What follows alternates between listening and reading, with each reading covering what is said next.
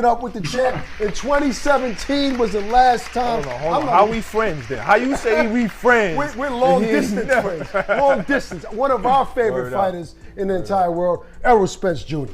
What's up, brother? Welcome to the show. Not much. Listen, a lot has happened since we last chopped it up. First, I want to, watching you on Instagram with your little girls, like you being a father, it's great to see you, outside of being this killer in the ring, you're such a gentle man with your family and your girls. They're beautiful. It's nice to watch. How is being a father? How's that life outside of the ring? Oh, it's life-changing. You got to think about someone else, not just think about yourself every time you wake up. Yes, sir. Just having, in the back of my mind and, just taking care of them and making sure they got everything that they need, not just want, but what they need. And, having tutoring classes and, picking them up from school and, still doing the day-on-day stuff that you do with your kids, even when you're in training camp, I give them dudes all the praise. I can imagine being away, 9-10 weeks and, not being able to see my kids and stuff like that. 9 to 10 weeks, I know that's super hard. It's something that, I still not able to do. So, I like being around my kids. I feel like they're my motivation and they keep me going. So why not have them in my training camp? But you've been a household name, especially in Texas. So how hard is it to do those small little things with your girls, like take them to school, pick them up, go to the mall, when the fans are gonna see Errol out there? Is it difficult now? Sometimes do you hesitate to do that? Sometimes it gets a little bit difficult, but I just tell some people, I'll be like, I'm with my kids, or I take my kids to the bounce house or something. I'll be like, I'm with my kids right now. And, a lot of people, they understand. Yeah.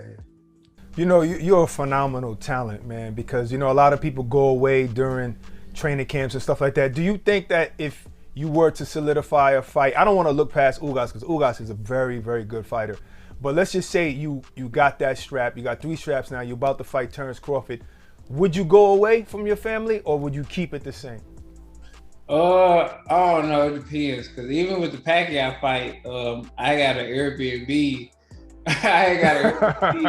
Yeah, like 25 minutes away from my house. Right. But that's a fake camp right there. He's like, I'm just gonna go down the block. I'm gonna go down the block. I got the Airbnb, and then my kids and my girl was coming over and spending the night. So I was like, man, I basically just wasted money getting an Airbnb, the training camp, bringing the chef over, everything. And then my family migrated over there to where I was at. You said, I might as well stay home. I should have just stayed home. Listen, because some people feel like, it's a distraction. You got to get into this mental zone. But I say also, if it's not broke, don't fix it, right? You fought tons of championship fights being home. Barak mentioned Terrence Crawford. So, we got to address that elephant. We're not going to harp on it too much. But when Terrence announced after his last fight that he was done with Top Rank and he was moving on to be a free agent or moving on from Top Rank, were you hopeful then? Did you say to yourself, okay, it's going to be a lot easier to make this fight happen now? Was that your first thought? Yeah, because it wasn't my first thought. I was just talking to my manager because the people that he deal with now, that Al had past dealings with him and things like that. So I think it's a lot easier to be made. So, like I said, we'll see what happens after the Ugas thing. I had 3 belts, my motto, strap season. So that's on your agenda after Ugas? Yeah, a lot of people just want me to go out and just say, all type of stuff, this and that. But like I said, the proof is in the pudding of what I'm doing. I'm saying? I'm fighting for my 3rd belt. So, hopefully we can get some on the table so we can fight for the 4th belt. All right, that would sound good. The whole world is waiting for that, man. Listen, even when I ask him, I say, hey, you think your legacy be complete if you don't have Errol Spence? And he's like, yeah. And I'm like, you're lying. You both need each other. I don't care what neither one of y'all say. You both need each other because you're both great, and we need to see that fight. But listen, I want to talk about Blair Cobbs. He was talking about you. He was talking about Ugas, talking about Bud, and you came at him hard. I don't even believe I can't even believe you knew the 5 Heartbeats. That's one of my favorite movies. You called them Red. You know, tell me what you was thinking when you was watching his fight with Rocha. Really, I really made him kind of more famous than he was. Oh wow! Because everybody started talking about him, like who's Blair Kyles and this and that, looking him up and things like that. But you know, I feel like he just need to pay more attention to he had a fight that week. Like, pay attention to your fight. Like, you shouldn't be speaking on other fighters doing this, doing that. Like, even when I fight, even though I know I'm gonna beat this person, I'm not gonna speak on other fighters. But like, I gotta get past him first. Mm-hmm. And then, I worry about him. I'm not gonna be talking about 5, 6, 7 other fighters and this and that. Like, he was being, cocky and, just saying out the wild stuff, crazy stuff, and look what happened to him, because he went past everybody else, and you looking past somebody that, you're not even a contender. Like, you still a prospect. Well, you call him a 33-year-old prospect, in your words. He's a 33-year-old prospect. So, you know what I'm saying? Then he gets stopped by that guy. Now he's been quiet on, on social media. So yeah, he ain't gonna have much to say. But I want to talk about another guy who is talented in the welterweight division and kind of reminds me of a young Errol Spence in a sense where he was a guy it seemed like people were avoiding. I'm talking about Boots Ennis, right? How do you feel about people already saying that he's the best in the welterweight division and that he'll beat you and beat Terrence even though he hasn't been tested yet? But it reminds me of a young Errol. Nobody wanted to fight you, and people already saying Errol would beat all of those guys. So how do you feel about Boots Ennis and what people are saying? Personally, I like Boots. I feel like, so he can go. I feel like he got the grit mentality, and, he got his dad in his corner, you know what I'm saying? So, I like that combination. I feel like, he's full focus ahead. I think he really gonna be a threat in the welterweight division. But are people jumping the gun too soon, saying that he'll beat Errol and Terrence? He passed the eye test, but you gotta get in there with those killers, man. Well, Terrence Crawford said that he's too smart for Ennis. What do you think you have over Jaron Ennis? Like I said, I can do it all. You know what I'm saying? With the box, bang, counter punch, whatever it is, I can do everything. I feel like I'm getting much better too, because I feel like a lot of people haven't seen the stuff that I display in the gym because, what the reason with, my weight issues or not making weight the right way and things like that. But I feel like with the nutritionist I got now and the program I got now, I feel like I'm gonna be 100, probably 80% better than I am now. Well, I'm glad you brought up the weight issue because I wanted to bring that up. You've been at welterweight for many years, and standing next to you, you're a big welterweight. I don't understand how you're still making 147. Has it crossed your mind like, all right, I'm done at this weight, I need to go up to 154? Are you flirting with that idea? Man, I've been done with this weight. When are you gonna say the hell with 147? I've been done this weight, but it's a lot of unfinished business at 147. So, once I do what I said I was gonna do, like I said, my motto is strap season. Once I get these belts, get the rest of the belts. Yeah. Now I'm moving up.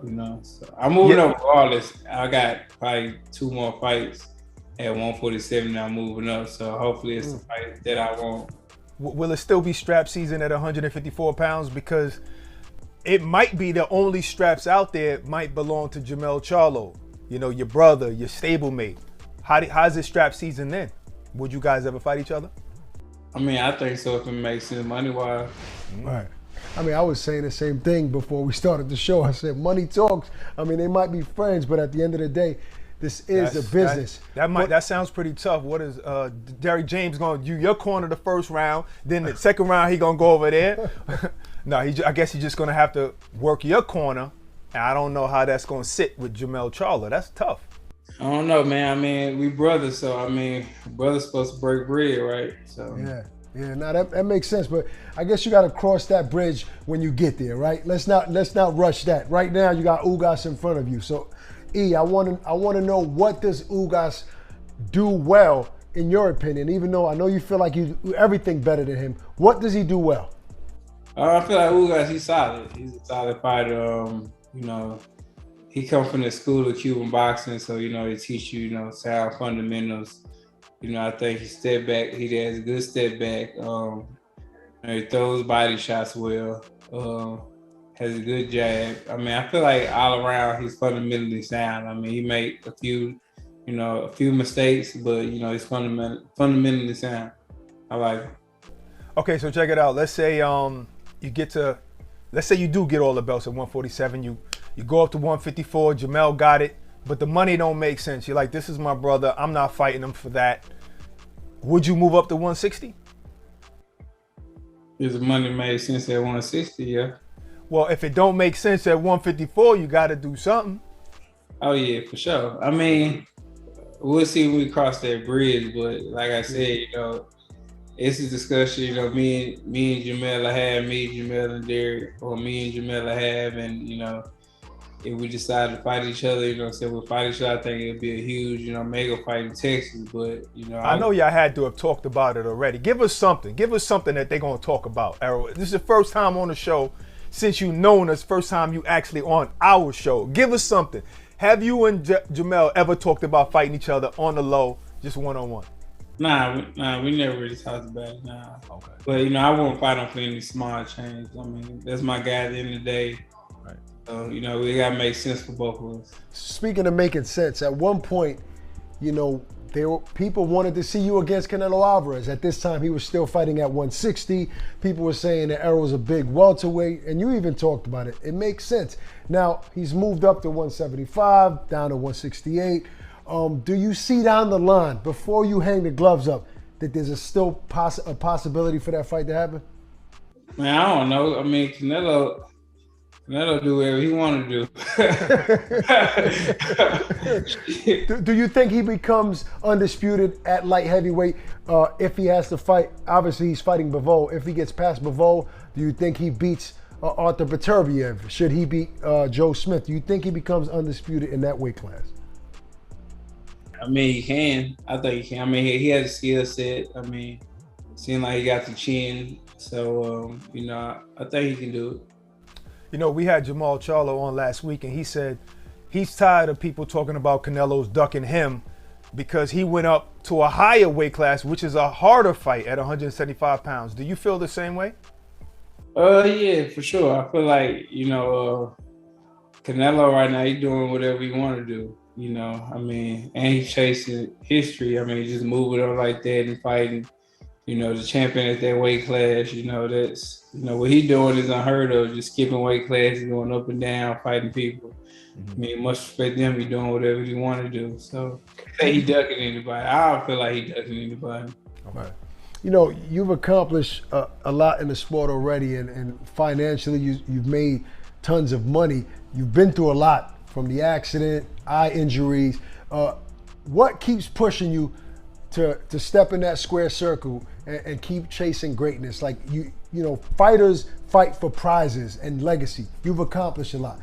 What keeps pushing you? Always accomplish more and make more money. More money. Too much money ain't enough money, huh? Yeah, I got enough money for myself, but wow. But it's other people like my family and generational wealth. Yeah, generational wealth and stuff like that. Yeah. So it's cool for myself right now, but it's not. At some point, it goes past. You got to worry about your grandkids and moving forward now. My kids, things like that. What is speaking of your kids? Oh. Little man. Look, this is third. Wow. Finally got that boy, man. God bless you. Yeah, what is Errol Spence going to be doing when he retires? Yeah, I think I'm going to be a house dad, taking my kids to school, taking them to all the little sports stuff they be doing and all the extracurricular activities and stuff like that. Do you think you'll get my kids are like 5, 6, and 1 years old, so they're still young. I think by the time I retire, they'll be getting into everything. But so do you see yourself detached completely from the sport of boxing? Like you never see yourself training, helping fighters, promoting or anything like that? Do you want to be done with it completely? Nah, I got Frank Martin. Oh yeah, Right. exceptional talent, great talent. Yeah, the Ghost. He signed to me, and I don't want a whole bunch of fighters. Like I probably want like 2 or 3 fighters. Fighters I feel like they're paying. Yeah. They got all type of problems, mental problems, everything. so yeah, I probably had like 2 or 3 fighters that I work with, but. No, boxing, man. Boxing is a cruel, rough sport, man. Especially with the business side of it, the fan side of it, everything. So Yeah. I just feel like, I probably have 3 fighters and just work with them and, not really just deal with boxing like that. Right. Speaking of that cruel fan side, I want to know what made you feel more angry? Was it the man boobs they gave you? Remember that time? or is it them talking about, oh, I don't know if he's gonna be the same with the eye injury, like they were in there in the doctor room with you? Yeah. What makes you more angry? Which one? It really didn't make me angry. It's just more motivation more than anything. Especially after my car accident, like you see people on Twitter, like I was just screenshotting everything. Mm-hmm. Like people saying he gonna be a shell of himself, or he won't be the same, or he crazy fighting Danny right off his car accident, the eye injury gonna make him more timid, or he's not gonna be able to, he's gonna be not gonna be able to throw his shots like that. Like just certain things, just motivate me more than anything. You got it can do 2 things. Either it can motivate you, or it's gonna deter you and discourage you. So listen, we got a big female fight coming up on the 30th, Amanda Serrano, Katie Taylor. They're both making big money. Boxing is thriving for women. You got 2 little girls. If your little girl comes to the gym one day and say, Dad, I want to fight, are you going to wrap her hands, or are you going to say, no, you ain't getting into this sport? I let her train. Like even with my son, I let him train, but I feel like I'm paying the dudes right now for them to become a brain surgeon or doctor or something. Right. Something else, I don't want to see them get hit in the head and stuff like that. So, right, right. I mean, not my little girls either, but I mean, like these girls are tough. Like Amanda Serrano versus Katie Taylor is gonna be a dope fight. Who wins that fight? I'm going with I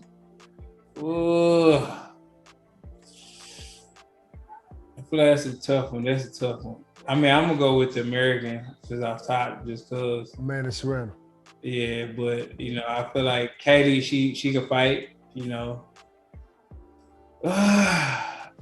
go with Amanda Serrano with that one, but Katie definitely. Ain't gonna be no pushover one. But I feel like Amanda Serrano to pay the dues. I feel like she gonna do a thing when they fight. All right. Let me get one last prediction, man. Anthony Joshua. Looks like he might get the rematch. Well, most likely he's going to get the rematch next against Alexander Usyk. We all saw what happened in September last year. Does AJ have a shot to avenge that loss against Usyk? I mean, he can, but I mean, I feel like last fight, I don't know, he gassed out. Yeah. He gassed out a lot, but I mean, we'll see, man. If he's totally focused and got the hunger back, because it didn't look like he had the hunger back in the last fight with him. Yeah, he made a lot of money, man. He's made tons of money, so maybe that's what it was. That's what Marvin Hagler said. He said, "Man, it's hard getting up, man, on silk sheet." So why are you still doing it? How's it not hard for you? That's because he live on a ranch. He's still milking cows and all of that. Yeah, man. Hey, I ain't made Anthony Joshua money. Anthony Joshua made $70 million. No doubt. Well, listen, Errol, man, it's a pleasure talking to you, man. It's been a while. Looking forward to this fight. Barak and I will actually be out there in Texas, man, coming to check you out and support you for this fight. So looking forward to it, man. Good luck, and I'll see you out there in Texas. Reportedly, Vasily